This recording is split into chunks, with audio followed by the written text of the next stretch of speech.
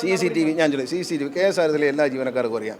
ഞാൻ പ്രസംഗിച്ചു എന്താ പറഞ്ഞത്, കേരളത്തിലെമ്പാടും CCTV വെച്ച് തുടങ്ങി. ഇപ്പോൾ കൊട്ടാരക്കര വെച്ചു, തമ്പാനൂർ വെച്ചു, എല്ലാ സ്ഥലത്തും CCTV വയ്ക്കുകയാണ്.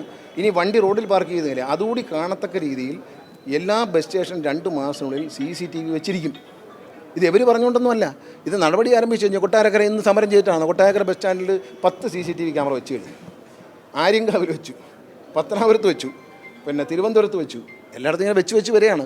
അത് ഈ ബസ് നമ്മൾ റോഡിലാണ് പാർക്ക് ചെയ്യുന്നതിന് അതുകൂടി കാണത്തക്ക രീതിയിൽ ക്യാമറ കവർ ചെയ്യും. കാരണം ഈ ബസ് സ്റ്റേഷൻ്റെ മുക്കും മൂലയും വർഷോപ്പ് ഒരു സ്ഥലം പോലും വിട്ടുപോകാതെ ക്യാമറ വയ്ക്കാനുള്ള നടപടി KSRTC ആരംഭിച്ചു കഴിഞ്ഞിട്ടുണ്ട്. ഇവിടെ മാത്രമല്ല, കേരളം മുഴുവൻ. വെറുതെ പറയാം, ഉടൻ തുടങ്ങും. കാരണം നമ്മൾ അവർക്ക് അനുവാദം കൊടുത്തെങ്കിൽ നമ്മൾ ഡിമാൻഡ് വെച്ചത് MLA പറഞ്ഞതുപോലെ ഈ ടോയ്ലറ്റിനെ സൈഡിലോട്ട് മാറ്റി വെച്ചിട്ടേ പണി തുടങ്ങാൻ പറ്റും. കാരണം എന്താ പറയുക, ഇത് പൊളിച്ചിട്ട് പോയാൽ അടുത്ത തലവേനയായി. അതുകൊണ്ട് അപ്പുറത്ത് ടോയ്ലറ്റ് മാറ്റി പണിഞ്ഞതിന് ശേഷം ഇവിടെ പണി തുടങ്ങിക്കോളാൻ പറഞ്ഞിട്ടുണ്ട്. അവർ ഉടനെ പണി തുടങ്ങും.